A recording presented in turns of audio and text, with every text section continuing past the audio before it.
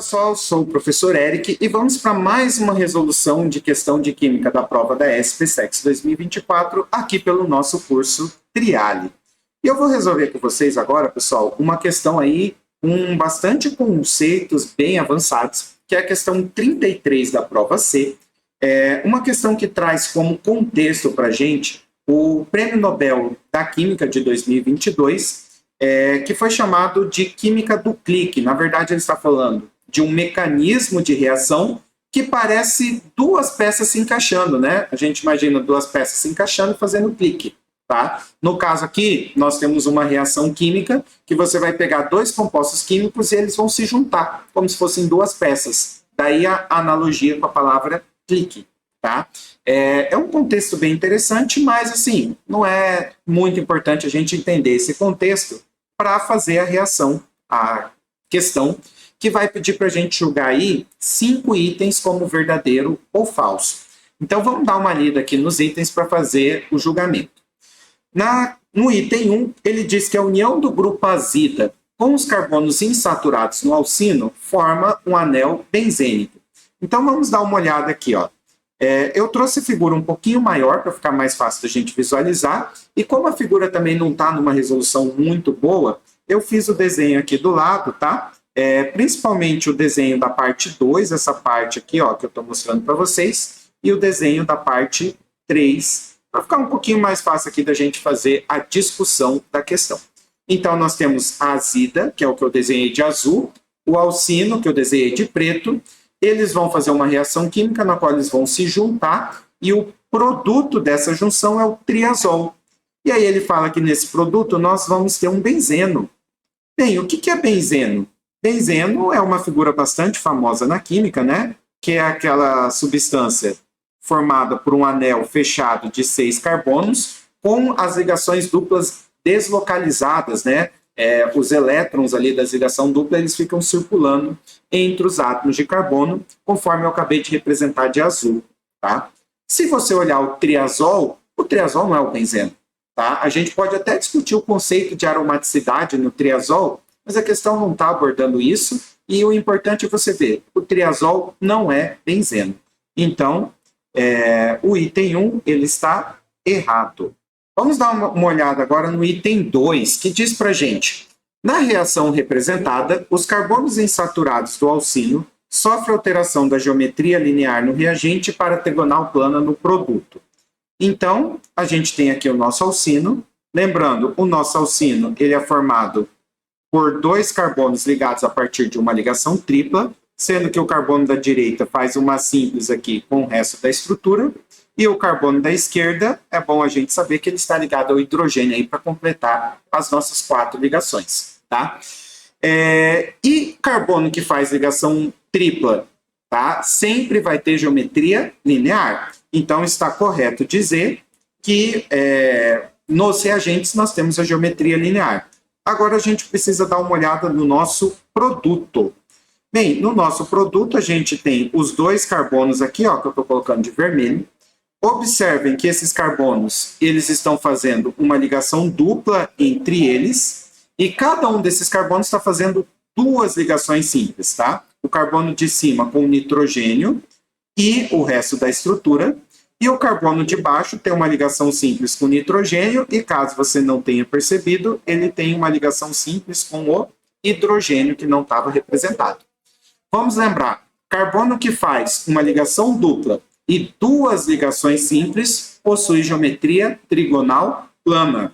Então, nós temos, de fato, os carbonos aqui saindo da geometria linear para a geometria trigonal plana, que é exatamente o que ele afirma para a gente no item 2. Tá? O item 2, então, está correto. O item 3, ele envolve um tópico um pouquinho mais avançado, tá? Então, vamos entender aqui o item 3. Ele fala: os sinais mais e menos conferidos aos átomos de nitrogênio do grupo azida evidenciam uma ligação iônica. Então, observa aqui, ó, no meu desenho, eu coloquei uns sinaizinhos de mais e menos, que eu tirei aqui da figura, tá? De fato, havia um sinalzinho de mais e menos aqui. E será que isso é evidência de uma ligação iônica? Pode confundir um pouquinho, por quê? Se nós formos lembrar, a ligação iônica é aquela ligação na qual nós temos um elemento que quer perder elétron, formando um cátion, né? Então, um elemento que perde elétron, se combinando com o elemento que ganha o elétron, um ânion, tá? E aí o cátion ficando positivo e o ânion negativo, eles vão se atrair. Só que no caso da nossa azida, tá? Só para fazer uma pequena correção, há uma ligação dupla aqui entre o nitrogênio, tá? No caso da nossa azida, observa que a gente tem um risquinho no meio, tá? E o que significa esse risquinho? Um par de elétrons compartilhado. Cada risquinho é um par de elétrons. E um par de elétrons compartilhado nós chamamos de ligação covalente.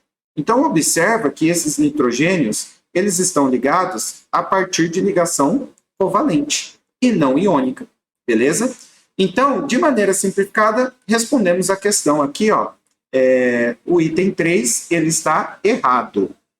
Aí alguns de vocês podem ficar encucados, mas se é uma ligação covalente, de onde que está surgindo esse sinal de mais e de menos?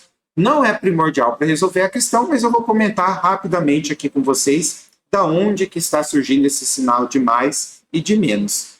Na verdade, ó, vamos redesenhar a nossa azida aqui. Nós temos um nitrogênio ligado fazendo uma dupla ligação com o nitrogênio do meio, e aqui eu vou desenhar até de um jeitinho um pouquinho diferente. Vamos focar no nitrogênio do meio. Lembrando, o nitrogênio ele tem 5 elétrons na última camada. O nitrogênio do meio ele está ocupando 3 elétrons deles na ligação covalente. Isso significa que está sobrando um par de elétrons não ligante nele, tá? Já o nitrogênio da direita, ele teria 5 elétrons, um dos elétrons está ocupado na ligação química, o que significa que tem 4 elétrons livres, 2 pares de elétrons que não estão fazendo ligação no nitrogênio da direita. Só que o que vai acontecer? Esses elétrons do nitrogênio do meio, eles são elétrons que, na verdade, eles estão deslocalizados, tá? Eles ocupam, de certa forma, ao mesmo tempo, tanto a posição ali de elétrons livres no nitrogênio do meio, como eles podem estar ocupando a posição para formar uma ligação dupla com o nitrogênio da direita. Tá? Então, o elétron ele tem esse comportamento, né, de a gente não saber exatamente qual que é a posição dele, e, na verdade, ele, digamos que nesse composto, ele está ocupando essas duas posições. E, quando o elétron ele sai do carbono do meio e vai para o carbono da direita, de certa forma, o carbono do meio é quase como se estivesse perdendo elétron. Ele, na verdade, ele não chegou a perder o elétron, mas os elétrons deles ficaram mais deslocalizados para a direita, tá? O que faz com que ele tenha uma carga, parcialmente uma leve carga positiva. A mesma coisa acontece com o nitrogênio da esquerda, tá? Ele fica com uma carga levemente negativa. Daí que surge esse sinal de mais e de menos, tá? Mas isso é um tópico extremamente avançado, não precisava desse grau de complexidade aqui para a gente julgar o item 3 como incorreto. Item 4. A reação envolve a quebra de uma ligação π e a formação de 2 novas ligações sigmas.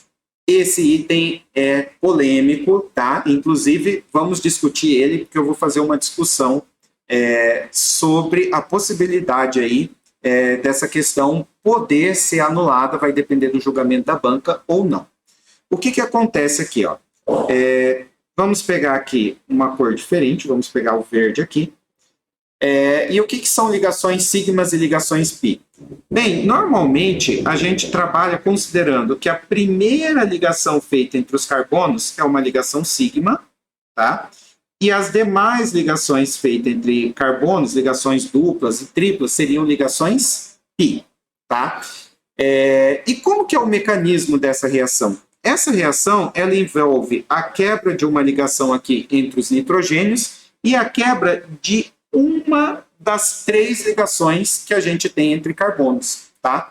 Ao fazer a quebra dessas ligações, nós vamos ter, então, esse nitrogênio aqui se juntando a um dos carbonos. No caso aqui, ele vai se juntar a esse carbono que tem o hidrogênio.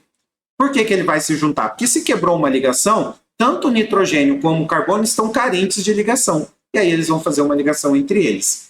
E a mesma coisa vai acontecer com o nitrogênio aqui da direita, tá? Como ele está carente de ligação, ele vai se ligar com o carbono da direita.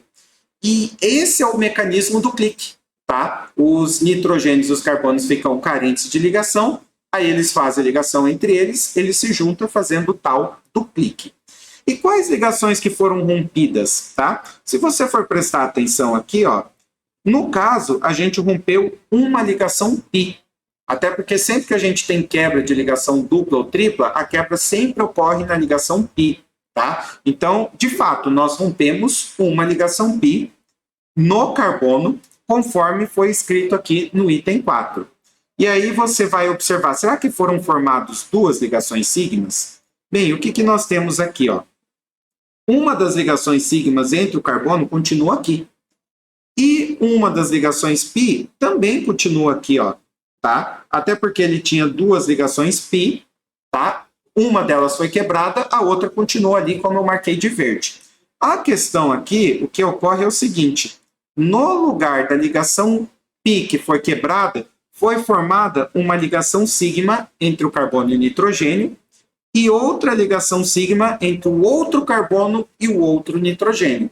Tá? Então, essas ligações que eu desenhei de rosa são as ligações que acabaram de ser formadas. E aí você pensa, o item está correto. Tá? Inclusive, o elaborador da questão da SPSEC considerou esse item como correto. Só que o elaborador talvez tenha deixado passar desapercebido uma questão importante. Tá? Quais ligações foram rompidas? De fato, a gente rompeu uma ligação pi entre carbono e carbono. Mas a gente não pode deixar de observar, ou pelo menos o texto não descartou, o fato de que aqui, ó, essa ligação nitrogênio-nitrogênio também é uma ligação pi que está sendo rompida. Tá? Então, foi rompida também uma ligação pi entre nitrogênio e nitrogênio. Tá? E o item 4, ele não especifica que ele está falando somente das ligações do carbono, ele está falando da reação.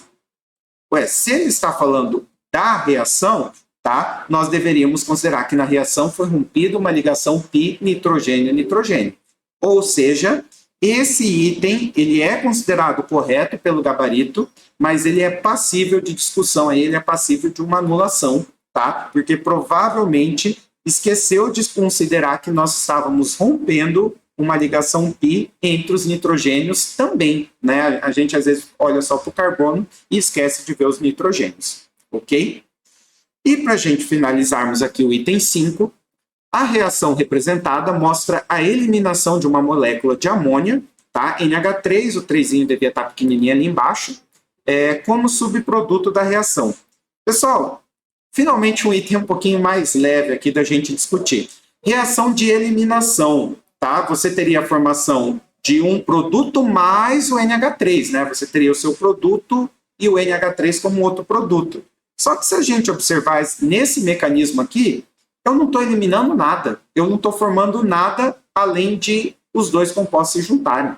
Então, não há o NH3 como subproduto. Não há formação de nenhuma substância nova, tá? Na verdade, é só a junção das duas substâncias que eu tinha. Então, esse item aqui, um pouquinho mais leve de nós avaliarmos, tá? Ele é um item, então, falso. E aí, pelo gabarito, nós teríamos como opção 2 e 4, o que levaria a gente a marcar a alternativa